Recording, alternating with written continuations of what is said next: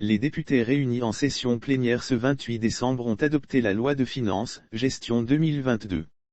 Elle s'équilibre en ressources et en charges à 1779,2 milliards de francs CFA contre 1702,9 milliards de francs CFA dans la loi de finances rectificative de 2021, soit une hausse de 4,5%. Pourquoi adopte-t-on une loi de finances chaque année? La loi de finances, selon M. Sani Yahya, ministre de l'économie et des finances, est le principal instrument de politique économique qui permet au gouvernement de financer les programmes, projets et actions des politiques publiques. Elle permet, poursuit-il, dans son exécution, conformément aux orientations et choix budgétaires retenus, d'impacter le quotidien des populations à travers une collecte des recettes justes et équitables et des dépenses rationnelles d'investissement créateurs d'emplois et de richesses, en vue de renforcer la lutte contre la pauvreté et la vulnérabilité.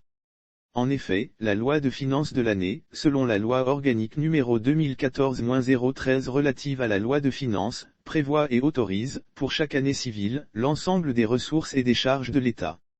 Elle contient le budget de l'État pour l'année civile. Le budget décrit les recettes et les dépenses budgétaires autorisées par la loi de finances.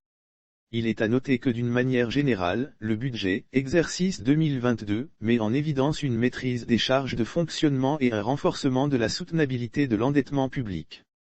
Cela permettra, selon la présidente de l'Assemblée nationale, Madame Yava Segan, de dégager des marges budgétaires au profit des investissements structurants et de la poursuite des efforts de modernisation du Togo.